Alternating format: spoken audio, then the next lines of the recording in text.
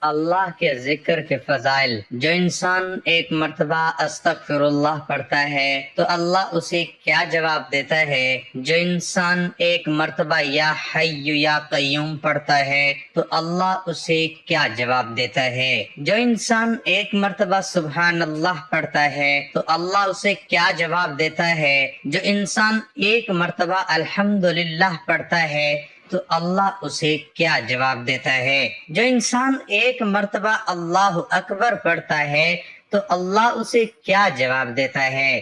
بسم اللہ الرحمن الرحیم۔ محترم ناظرین، ذکر کے معنی یاد کرنا، یاد رکھنا، چرچا کرنا، خیر خواہی اور عزت و شرف کے ہیں۔ قرآن کریم میں ذکر ان تمام معنوں میں آیا ہوا ہے۔ اللہ عز و جل کو یاد کرنا، اسے یاد رکھنا، اس کا چرچا کرنا اور اس کا نام لینا ذکر اللہ کہلاتا ہے۔ حضرت سیدنا معاذ بن جبل رضی اللہ تعالی عنہ سے روایت ہے، فرماتے ہیں کہ میں نے حضور نبی رحمت شفیع امت صلی اللہ تعالی علیہ وآلہ وسلم سے عرض کی، اللہ عز و جل کو کون سا عمل سب سے زیادہ محبوب ہے؟ ارشاد فرمایا، مرتے دم تک تمہاری زبان ذکر اللہ سے تر رہے۔ اللہ عز و جل کے ذکر میں دلوں کا اطمینان ہے۔ ذکر الہی منجیات یعنی نجات دلانے والے اعمال میں سے ہے۔ ہر مسلمان کو چاہیے کہ ہر وقت اپنی زبان کو اللہ عز و جل کے ذکر سے تر رکھے۔ ہر جائز کام کی ابتدا اللہ عز و جل کے مبارک نام سے کرے۔ حرام و ناجائز کام سے قبل بسم اللہ شریف ہرگز نہ پڑھی جائے۔ حرام قطعی کام سے پہلے بسم اللہ پڑھنا کفر ہے، چنانچہ فتاوی عالمگیری میں ہے۔ شراب پیتے وقت، زنا کرتے وقت یا جوا کھیلتے وقت بسم اللہ کہنا کفر ہے۔ یاد رکھیے، زبان سے ذکر و درود باعث اجر و ثواب بھی ہے اور بعض صورتوں میں ممنوع بھی۔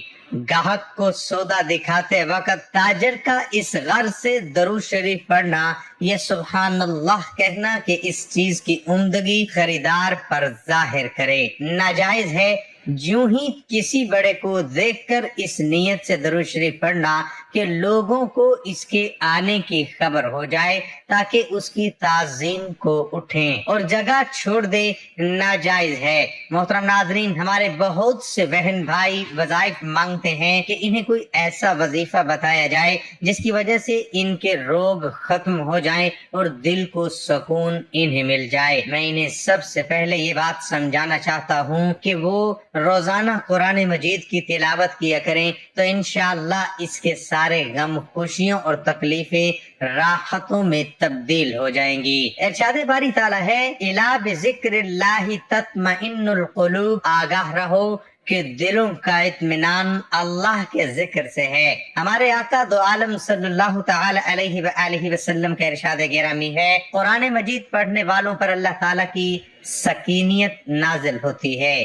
سکینیت سکون سے متعلق ہے، ایسی سکینیت جو روح کو سرشار کر دیتی ہے اور جسموں کو تازگی دیتی ہے۔ روحانی طور پر بیمار انسان کا دل سب سے پہلے مردہ اور رنجیدہ ہوتا ہے، لہذا قرآن مجید کی بکثرت تلاوت دل کی تمام بیماریوں کے لیے صحت بخش ہے۔ ناظرین اکرام، آپ نے زندگی میں کبھی بھی اس طرح نہیں دیکھا ہوگا کہ آپ کے ہاتھوں میں اچانک سے ہی ڈھیر ساری دولت آ گئی ہو۔ آپ نے دیکھا تو پورے گھر میں ہر طرف دولت ہی دولت بکھری پڑی ہے۔ تو یہ جو وظیفہ ہے، یہ جو عمل ہے، یہ اسی طرح سے کر کے دیکھیں۔ ایک دفعہ پورے یقین کے ساتھ اس وظیفے کو کر لیں۔ اگر ہاتھوں میں ڈھیروں رزق اور مال و دولت نہ آئے تو پھر کہنا، کیونکہ جو عمل، جو وظیفہ میں آپ کو بتانے جا رہا ہوں، اس عمل کو، اس وظیفے کو رات کو آپ نے سونے سے پہلے کر لینا ہے۔ اس عمل کے بعد تو جیسے رزق اور مال و دولت کو آپ سے پیار ہو جائے گا، ڈھیروں دولت آپ پر عاشق اور مہربان ہو جائے گی اور آپ کا ساتھ زندگی بھر نہیں چھوڑے گی۔ جتنا مرضی بھی آپ پیسہ خرچ کریں گے مگر پیسہ آپ کے پاس سے ختم نہیں ہوگا، بلکہ اس پیسے میں اللہ تعالیٰ کے فضل و کرم سے خوب برکتیں، فضیلتیں اور وسعتیں پیدا ہو جائیں گی اور وہ روپیہ پیسہ بہت برکت والا ہوگا۔ انسان کی زندگی میں دولت نہ ہو تو ایسی زندگی گزارنے کا کوئی فائدہ نہیں ہے۔ اللہ تعالیٰ کے سارے نام بہت ہی بابرکت اور فضیلت والے ہیں۔ اللہ تعالیٰ کے ناموں کا ذکر اور ورد کرنے سے دولت آپ پر مہربان ہوتی ہے، تنگ دستی اور بے روزگاری سے نجات ملتی ہے، تو اس سے اچھی بات اور کیا ہوگی۔ انسان اگر انہی وظیفوں کو اپنی زندگی میں پڑھنے کا معمول بنا لے تو زندگی پرسکون اور آسودہ ہو جائے گی۔ آپ سوچ بھی نہیں سکتے، آپ کا وظیفہ بہت ہی مجرب اور آزمودہ وظیفہ ہے، لیکن آپ لوگوں سے گزارش ہے کہ اس وظیفے کو غور و توجہ سے نوٹ کر لیں، بڑی احتیاط سے سن لیں، تاکہ آپ لوگ اس سے بھرپور فائدہ حاصل کر سکیں۔ یہ ایسی طاقتور تسبیحات ہیں، انشاءاللہ جب آپ پڑھیں گے تو دولت کا ضرور انتظام ہو جائے گا۔ آپ لوگوں سے ایک ہی گزارش ہے کہ جو وظیفہ آپ کو بتاؤں گا آپ کو پوری توجہ کے ساتھ آپ نے سن لینا ہے اور پھر ہی عمل کرنا ہے۔ ناظرین، آج کل کے دور میں ہر شخص مالی مشکلات میں گھرا ہوا ہی نظر آ رہا ہے، چاہے وہ کوئی مزدور ہے، چاہے وہ کوئی افسر ہے۔ کئی لوگوں کے منہ سے یہ بات سننے میں ضرور آتی ہے کہ اب تو گھر کے اخراجات بھی اتنے زیادہ بڑھ گئے ہیں، میری تنخواہ کے پیسوں سے بھی گزارا ہی نہیں ہوتا۔ اس مہنگائی کے دور میں تو جتنے پیسے اور کتنی بھی دولت کما لیں مگر پیسے پھر بھی پورے نہیں ہوتے۔ انسان کی زندگی میں اتار چڑھاؤ تو آتے رہتے ہیں، کبھی رزق کی فراوانی ہوتی ہے تو کبھی تنگ دستی، کبھی وسائل تو کبھی مسائل کا سامنا کرنا پڑتا ہے۔ یہ تمام مسائل تو زندگی کا حصہ ہے، ہمیں ہر حال میں اللہ تعالیٰ کا شکر ادا کرنا چاہیے۔ انسان کو چاہیے کہ صرف اللہ تعالیٰ سے ہی مانگے، اس یقین کے ساتھ کہ ہماری ہر حاجت اللہ تعالیٰ نے پوری کرنی ہے۔ آپ سب ہی کامل یقین سے آج کا یہ وظیفہ جب کر لیں گے تو آپ کے رزق میں اتنا اضافہ اللہ پاک اپنے فضل و کرم سے فرما دیں گے، آپ حیران رہ جائیں گے۔ غیبی ہاتھوں سے اور غیب سے ہی آپ کے لیے اتنی زیادہ مال و دولت آ جائے گی، آپ کے گھر کے جتنے بھی دولت اور رزق کے حوالے سے مسائل ہیں، پریشانیاں ہیں، مشکلات ہیں، وہ سب کچھ ہمیشہ ہمیشہ کے لیے میرا اللہ پاک اپنے فضل و کرم سے ختم فرما دے گا۔ میں پہلے بھی کئی بار یہ بتا چکا ہوں کہ آپ جب بھی اللہ سے مانگو تو وہ پورے یقین اور پوری امید کے ساتھ مانگا کرو کہ مجھے لازمی ملے گا۔ توکل مسلمان کی کامیابی کا اصل راز ہے۔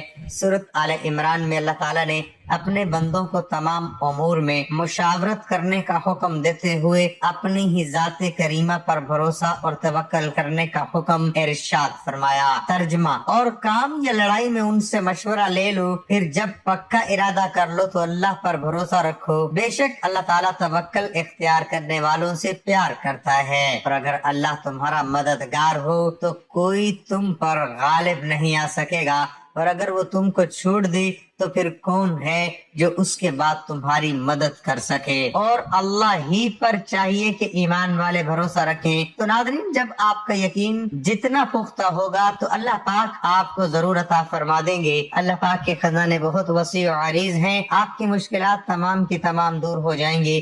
وہ تمام دکھ تکالیف اور مشکلات جو زندگی بھر آپ کا پیچھا نہیں چھوڑ رہی تھی، انشاءاللہ وہ سب اللہ پاک کے فضل و کرم سے دور ہو جائیں گی۔ اللہ پاک آپ کو اتنا رزق اور اتنی زیادہ دولت سے مالا مال کر دیں گے تو میرے بھائیوں اور بہنوں، اس وظیفے سے آپ کی زندگی کے وہ تمام مسائل حل ہو جائیں گے جو پوری زندگی ختم ہی نہیں ہو رہے تھے۔ چاہے آپ قرض کی دلدل میں پھنسے ہیں تو میرا اللہ پاک اس وظیفے کی برکت سے آپ کو قرض سے نجات دے دے گا، یا آپ کے گھر کے اخراجات بہت زیادہ ہیں لیکن انکم بہت تھوڑی ہے تو اللہ پاک اپنے کرم سے ایسے ذریعے پیدا کر دے گا اور ایسی جگہ سے آپ کو غیب کے خزانے سے رزق عطا فرما دے گا کہ آپ کی جو بھی مشکل ہے وہ ہمیشہ کے لیے ختم ہو جائے گی۔ ایک شخص جنگل میں بھیڑوں کو اکیلے چرتا ہوا چھوڑ کر خود کسی کام کے واسطے شہر میں آ گیا، جہاں اتفاق سے بڑا بھائی اس کو مل گیا۔ اس نے دریافت کیا کہ جنگل میں بھیڑوں کو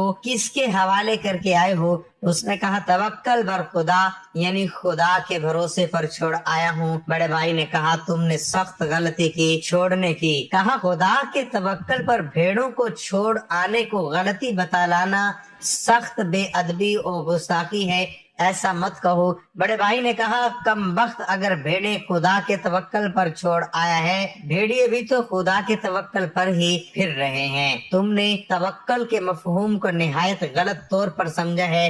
توکل اختیار کرتے وقت حضور اقدس صلی اللہ علیہ وآلہ وسلم کے مبارک فرمان کو ہمیشہ پیش نظر رکھنا چاہیے۔ ارشاد خدا بندی ہے، ترجمہ: اور جو کوئی ڈرتا ہے خدا سے وہ کر دے گا سختیوں میں بھی اس کا گزارا، اور روزی دے گا اس کو جہاں سے اس کو خیال بھی نہ ہو، اور جو کوئی بھروسہ رکھے خدا پر تو وہ اس کو کافی ہے۔ یعنی جو شخص خدا پر توکل اور بھروسہ کرے گا خدا اس کی مہمات کے لیے کافی ہے۔ ترمذی اور ابن ماجہ نے حضرت عمر رضی اللہ تعالی عنہ سے روایت کی ہے کہ رسول کریم صلی اللہ علیہ وآلہ وسلم نے فرمایا، اگر تم خدا پر توکل کرتے جیسا کہ اس کا حق ہے تو بے شک خدا تعالیٰ تمہیں اس طرح روزی دیتا جیسے پرندے اور جانوروں کو دیتا ہے کہ پرندے صبح کو اپنے گھونسلوں سے بھوکے نکلتے ہیں اور شام کو پیٹ بھرے ہوئے واپس ہوتے ہیں۔ اور بخاری اور مسلم شریف میں حضرت ابن عباس رضی اللہ تعالی عنہ کی روایت ہے کہ حضور اقدس صلی اللہ تعالی علیہ وآلہ وسلم نے فرمایا کہ میری امت میں 70,000 آدمی بغیر حساب کے جنت میں داخل ہوں گے۔ ان کے اوصاف میں ایک یہ بھی ہے کہ وہ حق تعالیٰ پر توکل کرنے والے ہوں گے۔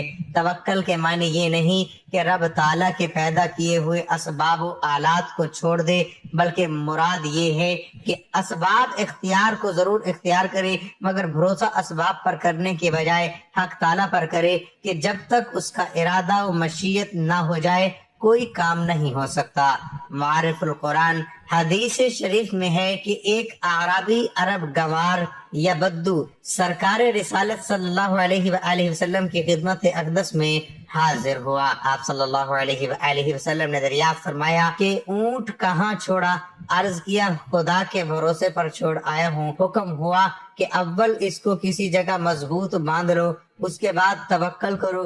حق تعالیٰ مخلوق کی طرح اسباب کا محتاج نہیں، وہ ذات تو بغیر اسباب کے بھی نظام کائنات چلا سکتا ہے اور اس پر قادر ہے، لیکن اس کی عادت یہی ہے کہ وہ اسباب کے تحت ہی کائنات کا نظام چلاتا ہے۔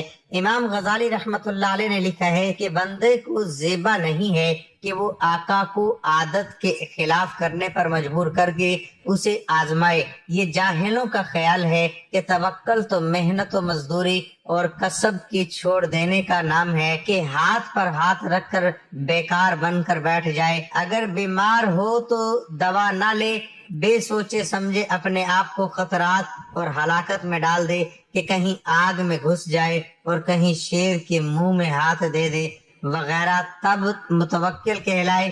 یہ خیال بالکل غلط اور اسلام کے احکامات سے لا علمی کا نتیجہ ہے، کیونکہ ایسا کرنا شرعاً حرام ہے اور شریعت محمدی ہی توکل کی خوبیاں بیان کر رہی ہے۔ پھر بھلا جس بات کو شریعت ہی خود ناجائز بتائے اس کی رغبت کیسے دلائے گی؟ اصل بات یہ ہے کہ انسان کی سعی کوشش یہی ہے جس کا صلہ اسے ملے گا۔ مثلاً کوئی شخص بھوکا ہو اور کھانا بھی اس کے سامنے رکھا ہوا ہو مگر وہ ہاتھ نہ بڑھائے اور نوالا بنا کر منہ تک نہ لے جائے، یا غلہ ورزی کا خواہ ہو مگر بیج کھیت میں نہ ڈالے، یا اولاد کا طالب ہے اور شادی ہی نہ کرے اور کہے کہ میں تو توکل کرنے والا ہوں، ایسا خیال تو سراسر جہالت ہے، کیونکہ ان اسباب کو حق تعالیٰ نے ہی پیدا فرمایا ہے اور قاعدے کے طور پر تجویز فرما دیا ہے، اور اس میں تغیر و تبدیل نہیں ہو سکتا۔ البتہ ان اسباب میں توکل کرنے کی یہ صورت ہے، اول اس بات کا پختہ خیال رکھیں کہ کھانا اور ہاتھ خدا کے دیے ہوئے ہیں اور کھانے کی طاقت و قدرت بھی اسی ذات کی عطا کی ہوئی ہے، اسی طرح بیج اور کھیتی باڑی کی استعداد بھی خدا نے دی ہوئی ہے۔ دوسری بات یہ ہے کہ ان ظاہری اسباب پر بھی دل سے بھروسہ نہ کرے، دل سے خالق ہی پر بھروسہ کرے۔ دل سے اسباب پر بھروسہ کرنا سراسر غلط ہے، چنانچہ ظاہر ہے کہ اگر ہاتھ پر فالج کا اثر ہو جائے اور کھانا کھا رہا ہو اور وہ زمین پر گر پڑے، زمین میں بیج بویا ہو، اس کو کیڑا کھا جائے یا پیدا ہوا ہو، اس پر اولا پڑے وغیرہ، الغرض ان تمام چیزوں کا لحاظ رکھ کر سعی و کوشش کرنے میں نہ کچھ مذائقہ ہے اور نہ اسباب کو اختیار کرنا توکل کے خلاف ہے، بلکہ اسباب کو استعمال میں لانا ضروری ہے۔ بے شک اللہ تعالیٰ ہی وہ رزق دینے والا اور سب سے بہترین رازق ہے، اور زمین پر جتنے بھی چلنے پھرنے والے ہیں ان سب کی روزیاں اللہ تعالیٰ کے ذمہ ہیں، سب کو رزق اللہ تعالیٰ ہی دیتا ہے، اور یقیناً کسی لالچی کا لالچ اللہ تعالیٰ کے رزق کو زیادہ نہیں کر سکتا، اور نہ ہی کسی ناپسند کرنے والے کی ناپسندیدگی اسے ہٹا سکتی ہے۔ اور یہ اللہ تعالیٰ کی حکمت ہے کہ اس نے رزق کے معاملے میں لوگوں میں فرق رکھا ہے، تو وہ جسے چاہے زیادہ رزق عطا فرما دے، جسے چاہے کم رزق عطا فرما دے۔ وہی مالک ہے، وہی خالق ہے، وہی ایک قوم کے رزق کو وسیع کر دیتا ہے تو دوسری قوم کے رزق میں تنگی فرما دیتا ہے۔ یہ سب کچھ اللہ تعالیٰ کے قبضہ قدرت میں ہے۔ انسان کچھ بھی نہیں کر سکتا سوائے دعا کرنے کے، سوائے اللہ پاک سے مانگنے کے۔ ایک حدیث قدسی میں اللہ کے رسول صلی اللہ علیہ وآلہ وسلم کا فرمان ہے، جو چیز تجھے جنت کے قریب کر سکتی ہے اس کا میں نے تجھے حکم دے دیا ہے، اور جو چیز تجھے جہنم کے قریب کر سکتی ہے اس سے میں نے تجھے روک دیا ہے۔ یقیناً حضرت جبرائیل علیہ السلام نے میرے دل میں یہ بات ڈالی ہے کہ کوئی بھی جان اس وقت تک فوت نہیں ہو سکتی، کوئی بھی انسان اس وقت تک اس دنیا سے نہیں جا سکتا جب تک کہ وہ اپنی روزی پوری نہ کر دے اور سارا رزق کھا نہ لے۔ تو تم اللہ کا تقوی اختیار کرتے ہوئے روزی کا حصول اپنی اچھی طرح کرو، اور تم میں سے کسی کو روزی کا لیٹ اور کم ہو جانا اس بات پر نہ ابھارے کہ تم اللہ کی نافرمانی کر کے روزی کرنے لگ جاؤ، کیونکہ جو کچھ اللہ کے پاس ہے وہ اللہ تعالیٰ کی اطاعت اور فرما برداری کے ذریعے ہی حاصل کیا جا سکتا ہے۔ ناظرین، اکثر آپ لوگوں نے دیکھا ہوگا کہ اللہ پاک نے ہمیں صبر کرنے کا حکم دیا ہے جب ہمیں مشکلات پیش آتی ہیں، رزق کی تنگی ہوتی ہے تو ہم گلے شکوے کرنا شروع کر دیتے ہیں، پھر ہم ناجائز کاموں میں پڑ جاتے ہیں اور حرام اور حلال کو بھول جاتے ہیں۔ اللہ پاک نے اس چیز سے منع فرما دیا ہے۔ یاد رکھیں، رزق صرف وہی اچھا ہے، وہی فضیلت والا ہے، وہی انسان کے لیے فائدہ مند ہے جس کو استعمال کرنے سے دنیا بھی آسان ہو جائے اور آخرت بھی آسان ہو جائے۔ رزق کی کمی اللہ کی طرف سے ہی نہیں بلکہ انسان کے خرچ نہ کرنے کی وجہ سے ہوتی ہے۔ اللہ پاک ساری مخلوق کے لیے اس کی ضرورت کے مطابق پورے سال کا رزق نازل فرما دیتا ہے۔ ہمیں چاہیے کہ اگر ہم اپنے رزق میں برکت اور ترقی چاہتے ہیں تو غریبوں میں، مسکینوں میں زیادہ سے زیادہ اللہ پاک کا دیا ہوا رزق خرچ کیا کریں، تاکہ اللہ ہمارے رزق کو اور بڑھا دے، مزید بڑھا دے، جیسا کہ اللہ پاک نے فرمایا ہے۔ اور جب ان سے کہا جاتا ہے کہ جو رزق خدا نے تم کو دیا ہے اس میں سے خرچ کرو، تو کافر مومنوں سے کہتے ہیں بھلا ہم ان لوگوں کو کھانا کھلائیں جن کو اگر خدا چاہتا تو خود کھلا دیتا۔ تو پھر اللہ پاک فرماتے ہیں کہ تم تو صاف صاف غلطی میں ہو۔ ناظرین، ایک کسان کو دیکھ لیں، وہ ایک بوری بیج کی کھیت میں بوتا ہے، فصل اگ جانے پر وہ ایک بوری کی جگہ 70 بوریاں لے کر گھر واپس لوٹ جاتا ہے، محنت کرتا ہے۔ لیکن اگر وہ کسان یہ سوچنا شروع کر دے کہ میں ایک بوری کا بیج کھیت میں پھینک دوں گا اور پتہ نہیں مجھے ملے کہ نہیں، تو پھر وہ اس کے کمزور ایمان کی نشانی ہے۔ اسی طرح جب ہم غریبوں میں، مسکینوں میں تقسیم کریں گے تو اللہ پاک 1 روپے کا اجر 70 گنا زیادہ بڑھ کر دیتا ہے۔ تو میں دعا کرتا ہوں کہ اللہ پاک غریبوں میں، مسکینوں میں رزق تقسیم کرنے کی توفیق عطا فرمائے تاکہ ہمارا رزق اور بڑھ جائے۔ ناظرین اکرام، اگر تو آپ وظائف کر کر کے اب تھک چکے ہیں، اگر تو آپ نے ہر ممکن کوشش بھی کر لی ہے، مگر اس کے باوجود بھی آپ کے رزق کی جو بھی پریشانیاں ہیں ختم نہیں ہو رہی، آپ بے حد مایوس ہو چکے ہیں، تو اب آپ مایوسی کو چھوڑ دیں۔ اس عمل کے کرنے کے بعد بہت ہی جلد آپ مالا مال ہو جائیں گے۔ پھر رزق اور مال و دولت آپ کو آپ کی سوچ سے بھی زیادہ مل جائے گا، آپ کی نسلیں بھی بیٹھ کر کھائیں گی، اتنی دولت اور اتنا پیسہ آپ کو مل جائے گا، کیونکہ کوئی بھی ایسا انسان نہیں ہے جس نے اس عمل کو کامل یقین اور جائز حاجت کے لیے کیا ہو اور اس کو رزق اور مال و دولت نہ ملی ہو۔ کئی ایسے مثالیں بھی پڑی ہیں کہ جنہوں نے اس وظیفے کو جس وقت اور جس ترتیب سے انہیں بتایا اسی طریقے سے کیا، اور ان کو رزق و دولت اتنی مل گئی کہ کل تلک جو پریشان پھرتے رہتے تھے اور در بدر کی ٹھوکریں بھی کھا رہے تھے، وہ آج لاکھوں کروڑوں میں کھیل رہے ہیں۔ میرے سامنے بھی ایسے انسان موجود ہیں جو کہ چند سال قبر سڑک چھاپ تھے، مطلب کہ پورا دن آوارہ رہتے تھے اور کچھ بھی نہیں کرتے تھے، مگر آج ان کے پاس دنیا کی تقریباً ہر سہولت موجود ہے، اگر نہیں بھی ہے تو تو پھر بھی اس سہولت کو خریدنے کی ہمت رکھتے ہیں، تعوذ اور تسمیہ کے بعد 3 مرتبہ اول و آخر درود شریف پڑھیں۔ درود شریف آپ کوئی سا بھی پڑھ سکتے ہیں جیسا کہ صلی اللہ علیہ وآلہ وسلم، لیکن اگر آپ درود ابراہیمی پڑھیں گے تو اس کی فضیلت زیادہ ہے۔ درود ابراہیمی ایک مرتبہ میرے ساتھ بھی دہرا لیں تاکہ ثواب ہو۔ اللہم صلی علی محمد وعلی آل محمد کما صلیت علی ابراہیم وعلی آل ابراہیم انک حمید مجید۔ اللہم بارک علی محمد وعلی آل محمد کما بارکت علی ابراہیم وعلی آل ابراہیم انک حمید مجید۔ ناظرین، کوشش کریں کہ جب آپ یہ وظیفہ شروع کریں اس دوران آپ نے کسی سے بات نہیں کرنی۔ ناظرین اکرام، اللہ کا ذکر کرنے کا ثواب ثابت بنانی رحمت اللہ علیہ نے ایک مرتبہ فرمایا کہ مجھے معلوم ہے میرا رب مجھے کس وقت یاد کرتا ہے۔ لوگ اس کی یہ بات سن کر خوف زدہ ہو گئے۔ کسی نے عرض کیا، یہ بات آپ کیسے جانتے ہیں کہ آپ کا رب آپ کو اس وقت یاد کر رہا ہے؟ فرمانے لگے، جب میں اسے یاد کرتا ہوں تو وہ مجھے یاد کرتا ہے۔ جو لوگ مجلس میں بیٹھ کر اللہ کا ذکر کرتے ہیں فرشتے انہیں گھیر لیتے ہیں، رحمت الہی ان کا احاطہ کر لیتی ہے اور اللہ تعالیٰ ان کا ملائکہ سے تذکرہ کرتے ہیں۔ جو لوگ جمع ہو کر محض رضائے الہی کے لیے اللہ تعالیٰ کا ذکر کرتے ہیں تو آسمان سے ایک پکارنے والا انہیں یہ خوشخبری سناتا ہے کہ اٹھو، تمہاری مغفرت ہو گئی ہے، تمہارے گناہ نیکیوں سے بدل دیے گئے ہیں۔ رسول اللہ صلی اللہ علیہ وآلہ وسلم نے فرمایا، جس نے 100 مرتبہ لا الہ الا اللہ اور 100 مرتبہ اللہ اکبر پڑھا تو یہ اس کے لیے 10 غلام آزاد کرنے اور 7 اونٹ یا گائے قربان کرنے سے بہتر ہے۔ جو شخص ہر روز 100 مرتبہ لا الہ الا اللہ پڑھے اسے 10 غلام آزاد کرنے کا ثواب ملے گا۔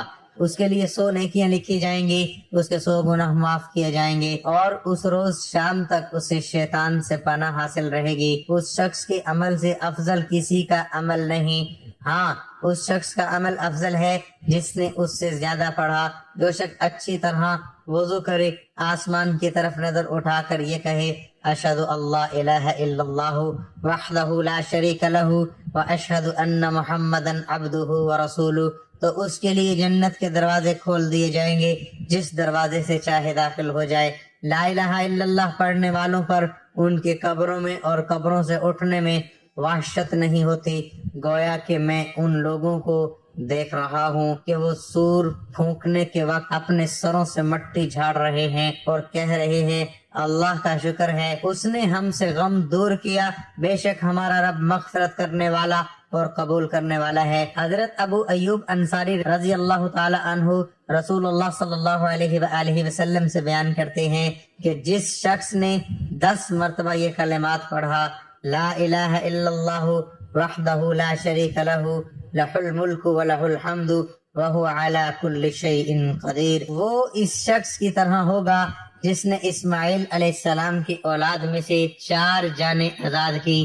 رسول اللہ صلی اللہ علیہ وآلہ وسلم ایک دن میں 70 سے 100 مرتبہ تک استغفار یعنی استغفر اللہ کہتے۔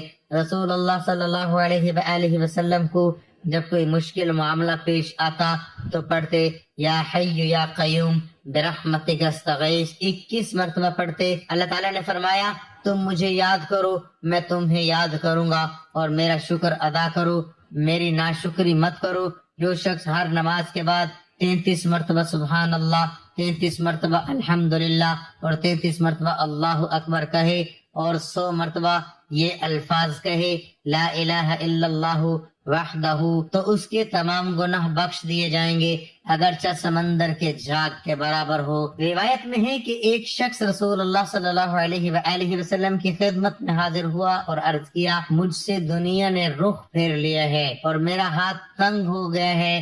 رسول اللہ صلی اللہ علیہ وآلہ وسلم نے ارشاد فرمایا کہ فرشتوں کی نماز اور مخلوق کی تسبیح کیوں نہیں پڑھتے؟ اس تسبیح کی بدولت تو لوگوں کو رزق ملتا ہے۔ وہ شخص کہتا ہے، میں نے عرض کیا یا رسول اللہ وہ کیا چیز ہے؟ فرمایا، طلوع صبح صادق سے نماز فجر تک یہ تسبیح پڑھتے رہو، سبحان اللہ و بحمدہ سبحان اللہ العظیم۔ اگر تم یہ تسبیح پڑھو گے تو دنیا تمہارے پاس ذلیل و خوار ہو کر آئے گی اور اللہ تعالیٰ کا ہر لفظ ایک فرشتہ پیدا کریں گے جو قیامت کے دن تک تسبیح پڑھتا رہے گا، اس کی تسبیح کا اجر و ثواب تمہیں ملے گا۔ جب بندہ الحمدللہ کہتا ہے تو آسمان اور زمین کے درمیان حصے کو بھر دیتا ہے، پھر جب دوسری مرتبہ الحمدللہ کہتا ہے تو ساتوں آسمان سے نیچے کی زمین تک پور کر دیتا ہے، پھر جب تیسری مرتبہ الحمدللہ کہتا ہے تو اللہ تعالیٰ فرماتے ہیں کہ مانگ تجھے دیا جائے گا۔ جو لوگ اللہ تعالیٰ کی عظمت و جلال کا ذکر کرتے ہیں اور اس کی تسبیح و تکبیر اور تحمید بیان کرتے ہیں تو یہ کلمات عرش کے ارد گرد چکر لگاتے ہیں، مکھیوں کی بن بناہٹ کی طرح ان کی آواز ہوتی ہے، یہ باری تعالیٰ کے سامنے اپنے پڑھنے والا کا ذکر کرتے ہیں۔ کیا تمہیں یہ پسند نہیں کہ باری تعالیٰ کے پاس تمہارا ذکر ہمیشہ ہوتا رہے؟ اللہ تعالیٰ فرماتے ہیں میرے سوا کوئی معبود نہیں اور میں سب سے بڑا ہوں۔ اللہ تعالیٰ فرماتے ہیں میرے سوا کوئی معبود نہیں، میں یکتا ہوں، میرا کوئی شریک نہیں۔ گناہ سے بچنے کی طاقت اور اطاعت کے لیے قوت میرے سوا کس طرح نہیں ہے؟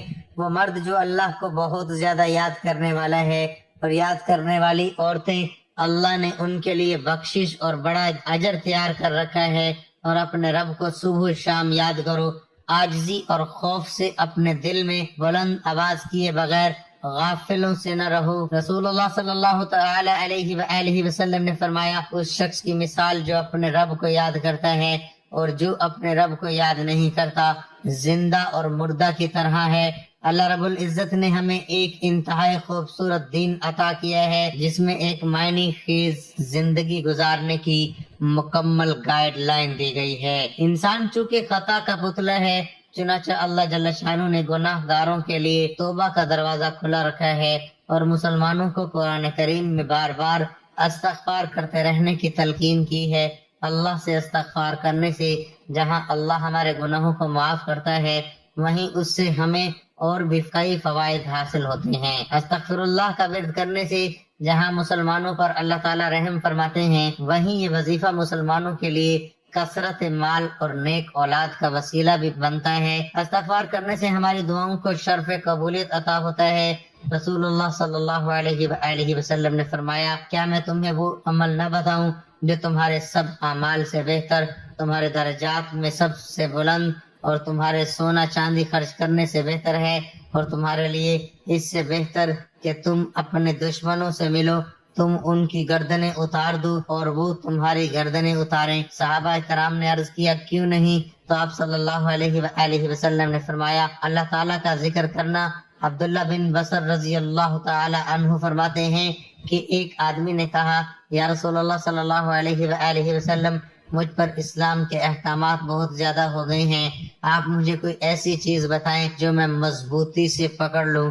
آپ صلی اللہ علیہ وآلہ وسلم نے فرمایا تیری زبان ہمیشہ اللہ کے ذکر سے تر رہے۔ جو لوگ کسی جگہ بیٹھ کر اللہ تعالیٰ کا ذکر نہیں کرتے اور رسول اللہ صلی اللہ علیہ وآلہ وسلم پر درود نہیں بھیجتے، قیامت کے روز وہ لوگ حسرت کریں گے۔